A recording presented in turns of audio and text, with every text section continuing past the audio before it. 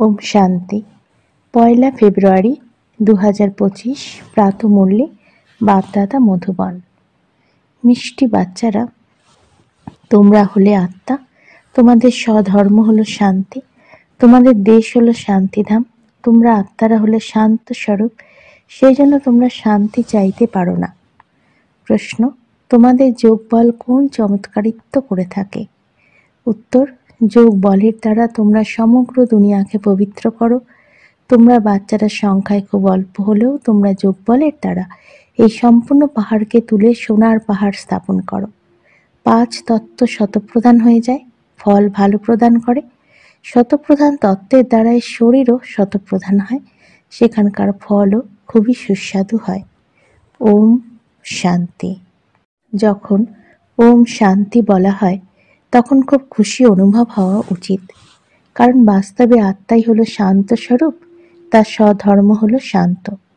এই বিষয়ে সন্ন্যাসীরাও বলে, শান্তির মালা তোমাদের গলায় রয়েছে।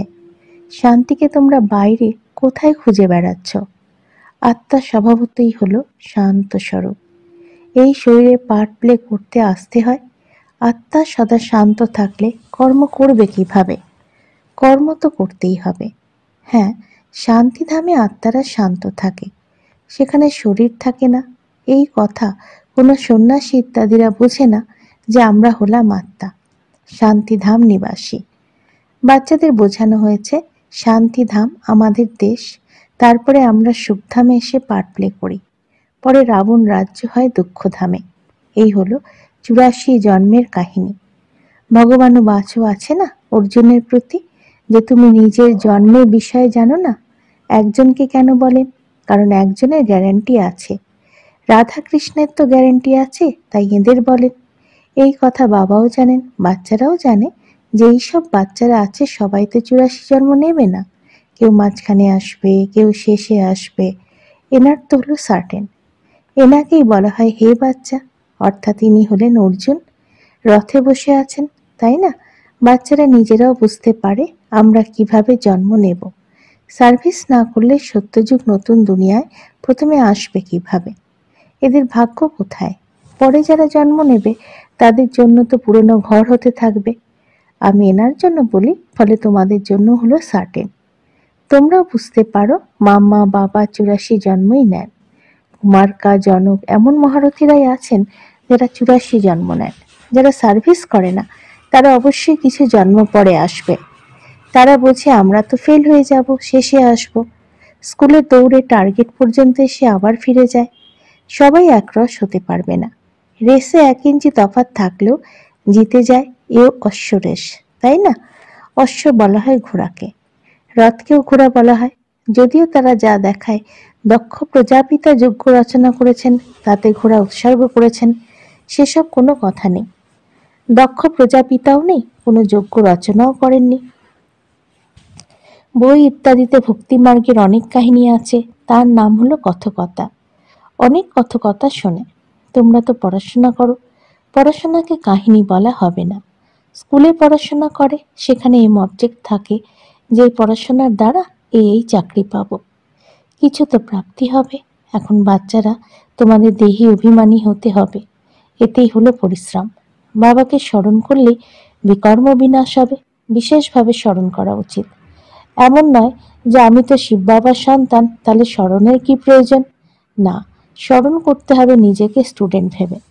আমরা আত্মা, আমাদের শিব বাবা পড়াচ্ছেন, সে কথাও ভুলে যায়। শিব বাবা হলেন একমাত্র টিচার, যিনি সৃষ্টির আদি মধ্য অন্তের রহস্য বলে দেন। এই কথাও স্মরণে থাকে না। প্রত্যেক বাচ্চার নিজের মনেই প্রশ্ন করা উচিত, কতটা সময় বাবার স্মরণ স্থায়ী হয়। বেশি সময় তো বাহ্যমুখিতাতেই চলে যায়। এই স্মরণই হলো মুখ্য। এই ভারতে যোগের অনেক মহিমা রয়েছে, কিন্তু যোগ কে শেখায় সে কথা কেউ জানে না। গীতায় কৃষ্ণের নাম দিয়ে দিয়েছে, এবারে কৃষ্ণকে স্মরণ করলে একটি পাপও বিনষ্ট হবে না, কারণ সে হলো দেহধারী। 5 তত্ত্ব দিয়ে তৈরি। কৃষ্ণকে স্মরণ করা অর্থাৎ মাটিকে স্মরণ করা, 5 তত্ত্বকে স্মরণ করা। শিব বাবা হলেন অশরীর, তাই বলা হয় অশরীরী হও, আমি পিতা, আমাকে স্মরণ করো। তোমরা বলেও থাকো হে পতিত পাবন, তিনি তো একজনই, তাই না? যুক্তি সহকারে জিজ্ঞাসা করা উচিত, গীতার ভগবানকে? ভগবান রচয়িতা হলেন একজনই। যদি মানুষ নিজেদের ভগবান বলেও থাকে, তবুও এমন কখনোই বলবে না যে তোমরা সবাই আমার সন্তান। হয় বলবে ততোত্তম, না হলে বলবে ঈশ্বর সর্বব্যাপী। আমিও ভগবান, তুমিও ভগবান, যেদিকে দেখি তুমি দেখি। তুমিই তুমি, পাথরেও তুমি, এমনও বলে দেয়। তোমরা আমার সন্তান এমন বলতে পারে না। এই কথা তো এক বাবাই বলেন যে হে আমার প্রিয় আত্মারূপী বাচ্চারা, এমন করে আর কেউ বলতে পারে না। মুসলমানদের কেউ যদি বলে আমার প্রিয় সন্তান, তবে তাকে চড় মেরে দেবে। এই কথা একমাত্র পারলৌকিক পিতার বলতে পারেন, আর অন্য কেউ সৃষ্টির আদিমধ্য অন্তের জ্ঞান প্রদান করতেও পারে না। 84 সিঁড়ির রহস্য কেউ বোঝাতেও পারে না। শুধুমাত্র নিরাকার পিতা ছাড়া। তার প্রকৃত নাম হলো শিব। সে তো মানুষ অনেক নাম রেখে দিয়েছে, অনেক ভাষা আছে, তো নিজের নিজের ভাষায় নাম রেখেছে। যেমন বম্বেতে বলা হয় বাবুলনাথ, কিন্তু তারা তার অর্থ বোঝে না। তোমরা বুঝেছ, কাঁটাদের ফুলে পরিণত করেন যিনি। ভারতে শিব বাবার হাজার নাম আছে, অর্থ জানে না। বাবা বাচ্চাদের বোঝান, তার মধ্যে মাতাদের বাবা বিশেষ এগিয়ে রাখেন। আজকাল ফিমেলদের মান আছে, কারণ বাবা এসেছেন, তাই না? বাবা মাতাদের উঁচু মহিমা বর্ণনা করেন। তোমরা হলে শিব শক্তি সেনা, তোমরাই শিব বাবাকে জানো। সত্য একটাই, গায়ন আছে, সত্যের নৌকা হেলে দোলে কিন্তু ডোবে না। সুতরাং তোমরা হলে সত্য, নতুন দুনিয়া স্থাপনা করছো। বাকি সব মিথ্যা বন্ধন শেষ হয়ে যাবে। তোমরা এখানে রাজত্ব করবে না, তোমরা পরের জন্মে এসে রাজত্ব করবে। এইসব হলো বড়ই গুপ্ত কথা, যা তোমরাই জানো। এই বাবা যদি না থাকতেন কিছুই জ্ঞান থাকতো না। এখন সব জ্ঞান হয়েছে। ইনি হলেন যুধিষ্ঠির, যুদ্ধের ময়দানে বাচ্চাদের দাঁড়িয়ে তোমাদেরকে সতর্ক করেছেন। এ হলো অহিংসক যুদ্ধ, নন ভায়োলেন্স। মানুষ মারামারিকে হিংসা ভাবে। বাবা বলেন প্রথম মুখ্য হিংসা হলো কাম কাটারি, তাই বলা হয় কাম মহাশত্রু। এর উপরে জিত অর্জন করতে হবে। মুখ্য কথা হলো কাম বিকারের। পতিত অর্থাৎ বিকারী। বিকারী বলা হয় পতিতদের, যারা বিকারগ্রস্ত হয়। ক্রোধী মানুষকে এমন বিকারী বলা হবে না। ক্রোধীকে ক্রোধী, লোভীকে লোভী বলা হবে। দেবতাদের নির্বিকারী বলা হয়। দেবতারা হলেন নির্লোভী, নির্মোহী, নির্বিকারী। বিকারে লিপ্ত হন না। তোমাদের বলে বিকার না থাকলে সন্তান হবে কিভাবে? তাদেরকে নির্বিকারী বলে মানছ? ওটা হলো ভাইসলেস দুনিয়া। দাপর কলিযুগ হলো ভিসাস দুনিয়া। নিজেকে বিকারী, দেবতাদের নির্বিকারী বলো তোমরা। তাই তো তোমরা জানো যে আমরাও বিকারী ছিলাম, এখন এদের মতো নির্বিকারী হচ্ছে। এই লক্ষ্মী নারায়ণ স্মরণের ফল বলের দ্বারা এই পদ প্রাপ্ত করেছিলেন, এখন আবার প্রাপ্ত করছেন। আমরাই দেবী দেবতা ছিলাম, আমরাই কল্প পূর্বে এই রাজত্ব প্রাপ্ত করেছিলাম। যা হারিয়েছিলাম আবার আমরাই প্রাপ্ত করছি। এই চিন্তন বুদ্ধিতে থাকলেও খুশি অক্ষুণ্ণ থাকবে। কিন্তু মায়াই স্মৃতি ভুলিয়ে দেয়। বাবা জানেন তোমরা স্থায়ীভাবে স্মরণে থাকতে পারবে না। তোমরা বাচ্চারা অচল হয়ে স্মরণ করতে থাকো, তো শীঘ্রই কর্মাতীত অবস্থা হয়ে যাবে এবং আত্মা ফিরে যাবে। কিন্তু হয় না, প্রথম নম্বরেই ইনি যাবেন। তারপরে শিবের বরযাত্রী। বিয়ের অনুষ্ঠানে মাতারা মাটির কলসে জ্যোতি জ্বালিয়ে নিয়ে যায়। এ হলো প্রতীক। শিব বাবা সাজান সর্বদা জাগ্রত জ্যোতি, আমাদের জ্যোতি জাগ্রত করেন। এখনকার কথায় ভক্তি মার্গে নিয়ে গেছে। তোমরা যোগ বলের দ্বারা নিজের জ্যোতি জাগ্রত করো। যোগের দ্বারা তোমরা পবিত্র হও।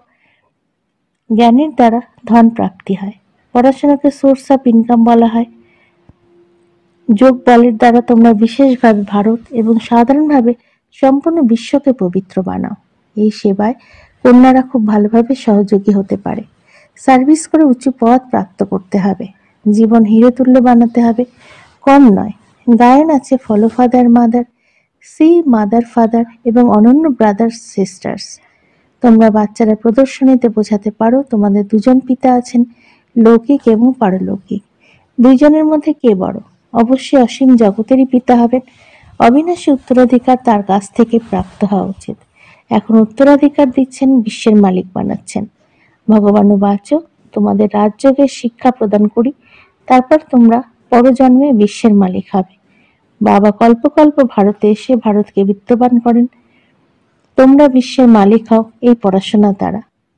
লৌকিক পড়াশোনা দ্বারা কি প্রাপ্ত হয়? এখানে তোমরা হিরে তুল্য হয়ে যাও 21 জন্মের জন্য। ওই পড়াশোনার সাথে সেই পড়াশোনা তো রাত দিনের তফাৎ। ইনি হলেন বাবা, টিচার, গুরু একজনই। অতএব পিতার উত্তরাধিকার, টিচারের উত্তরাধিকার এবং গুরুর উত্তরাধিকার সবই প্রদান করেন। এখন বাবা বলেন দেহ সহ সবাইকে ভুলে যেতে হবে। আমি মরলে আমার কাছে দুনিয়াও মৃত। বাবার অ্যাডপ্টেড সন্তান হয়ে কাকে স্মরণ করবে? অন্যদের দেখেও দেখবে না। পার্ট প্লে করার সময় বুদ্ধিতে থাকবে আমাদের নিজ ধামে ফিরে যেতে হবে, তারপরে এখানে এসে পার্ট প্লে করতে হবে। এই কথা বুদ্ধিতে থাকলেও খুশির অনুভূতি হতে থাকবে। বাচ্চাদেরকে দেহের ভূত ত্যাগ করা উচিত। এই পুরনো জিনিস এখানে ত্যাগ করতে হবে, এবারে ফিরে যেতে হবে। নাটক সম্পূর্ণ হয়েছে। পুরনো সৃষ্টিতে আগুন লেগেছে। অন্ধের সন্তান অন্ধ, অজ্ঞান নিদ্রায় নিদ্রিত। মানুষ বুঝবে নিদ্রিত মানুষ দেখানো হয়েছে, কিন্তু হলে অজ্ঞানতা নিদ্রার কথা, যে নিদ্রার থেকে তোমরা জাগিয়ে তোলো। জ্ঞান অর্থাৎ দিন হলো সত্যযুগ, অজ্ঞান রাত হলো কলিযুগ। এই কথাটি খুব ভালোভাবে বুঝতে হবে।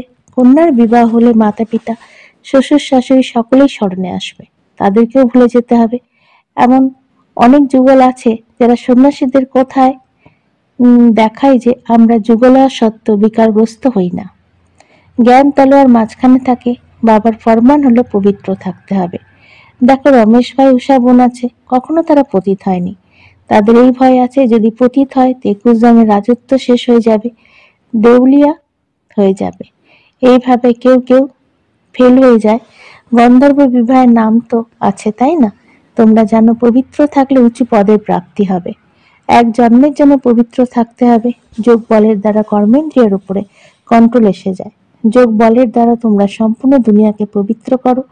তোমরা বাচ্চারা সংখ্যায় খুব কম হওয়া সত্ত্বেও যোগ বলের দ্বারা সম্পূর্ণ পাহাড় উড়িয়ে সোনার পাহাড় স্থাপন করো।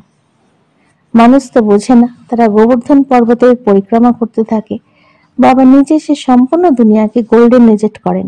এমন নয় যে হিমালয় সোনার হয়ে যাবে, সেখানে সোনার খনি ভরপুর হয়ে যাবে। 5 তত্ত্ব শতপ্রধান হয়, ফল ভালো দেয়। শতপ্রধান তত্ত্বের দ্বারা এই শরীরও শতপ্রধান হয়। সেখানকার ফল সুস্বাদু হয়, নাম হলো স্বর্গ।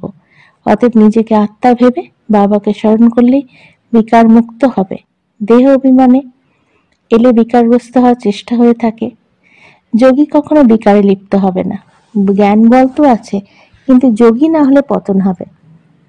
যেমন জিজ্ঞাসা করা হয় পুরুষার্থ বড় নাকি প্রারব্ধ, তখন বলে পুরুষার্থ বড়। তেমন এইখানে বলা হবে যোগ বড়। যোগের দ্বারাই পতিত থেকে পবিত্র হয়। এখন তোমরা বাচ্চারা বলবে যে আমরা অসীম জগতের বাবার কাছে পড়াশোনা করব। মানুষের কাছে পড়ে কি প্রাপ্তি হবে? 1 মাসে কত উপার্জন হবে? এইখানে তোমরা এক একটি রত্ন ধারণ করো। এই হলো লক্ষ টাকার রত্ন। স্বর্গে টাকা পয়সার গণনা করা হয় না। অগাধ ধন থাকে, সকলের নিজস্ব কৃষিক্ষেত্র ইত্যাদি থাকে। এখন বাবা বলেন আমি তোমাদের রাজযোগ শেখাই। এ হলো এম অবজেক্ট। পুরুষার্থ করে উচ্চ হতে হবে। রাজধানী স্থাপনা হচ্ছে। এই লক্ষ্মীনারায়ণ কিভাবে প্রারব্ধ প্রাপ্ত করেছেন, এদের প্রারব্ধের কথা জানলে আর কি চাই। এখন তোমরা জানো কল্পের 5000 বছর পরে বাবা আসেন, এসে ভারতকে স্বর্গ বানান। তো বাচ্চাদের সার্ভিস করার উৎসাহ থাকা উচিত। যতক্ষণ পদ বলবে না ততক্ষণ খাবার খাবে না। এতখানি উৎসাহ উদ্দীপনা থাকলে তবে উঁচু পদ প্রাপ্ত করতে পারবে। আচ্ছা, মিষ্টি মিষ্টি হারানিধি বাচ্চাদের প্রতি মাতা পিতা বাপদাদার স্মরণের স্নেহ সুমন আর সুপ্রভাত। আর তাদের পিতা তার আত্মারূপী বাচ্চাদেরকে জানাচ্ছেন নমস্কার। আমাদেরও বাপদাদাকে ধন্যবাদ, নমস্কার। ধারণার জন্য মুখ্য সার: 1. ঈশ্বরের সেবা করে নিজের জীবন 21 জন্মের জন্য হিরে তুল্য বানাতে হবে। মাতা পিতা এবং অন্যান্য ভাই বোনদেরকে ফলো করতে হবে। 2. কর্মাতীত অবস্থা বানানোর জন্য দেহ সহ সবাইকে ভুলে যেতে হবে। নিজের স্মরণ অবিচল ও স্থায়ী বানাতে হবে। দেবতাদের মতো নির্লোভ, নির্মোহী, নির্বিকারী হতে হবে। বরদান: দুঃখী অশান্ত আত্মাদেরকে 1 সেকেন্ডে গতি সদ্গতি প্রদানকারী মাস্টার দাতা ভাব। যেরকম স্থূল সৃজনের জন্য প্রস্তুতি নিয়ে থাকো, সেবাধারী সামগ্রী সবকিছু প্রস্তুতি করো, যার দ্বারা কারো যাতে কোনো অসুবিধা না হয়, সময় ব্যর্থ না যায়, সেটুকু আমি এখন সকল আত্মাদেরকে গতি সদ্গতি করার অন্তিম সিজন আসতে চলেছে। দুঃখী অশান্ত আত্মাদেরকে লাইনে দাঁড় করানোর কষ্ট দেবে না, আসবে আর নিতে থাকবে। এর জন্য এবার রেডি হও। পুরুষার্থী জীবনে থাকার পর এবার দাতাপনের স্থিতিতে থাকো। প্রত্যেক সংকল্প, প্রত্যেক সেকেন্ডে মাস্টার দাতা হয়ে দান করতে থাকো। স্লোগান: হুজুরকে বুদ্ধিতে হাজির রাখো, তাহলে সর্বপ্রাপ্তিগুলি জি হুজুর করবে। অব্যক্ত ইশারা: একান্ত প্রিয় হও আর একতা একাগ্রতাকে গ্রহণ করো। একতার সাথে সাথে একান্ত প্রিয় হতে হবে। একান্ত প্রিয় সে হবে যার সব দিক থেকে বুদ্ধির যোগ ছিন্ন থাকবে আর একেরই প্রিয় হবে। একের প্রিয় হওয়ার কারণে একেরই স্মরণে থাকবে। একান্ত প্রিয় অর্থাৎ এক ব্যতীত দ্বিতীয় কেউ নেই। সর্বসম্বন্ধ সর্বরস একের থেকেই যে গ্রহণ করতে পারে সেই একান্ত প্রিয় হতে পারবে। ওম শান্তি।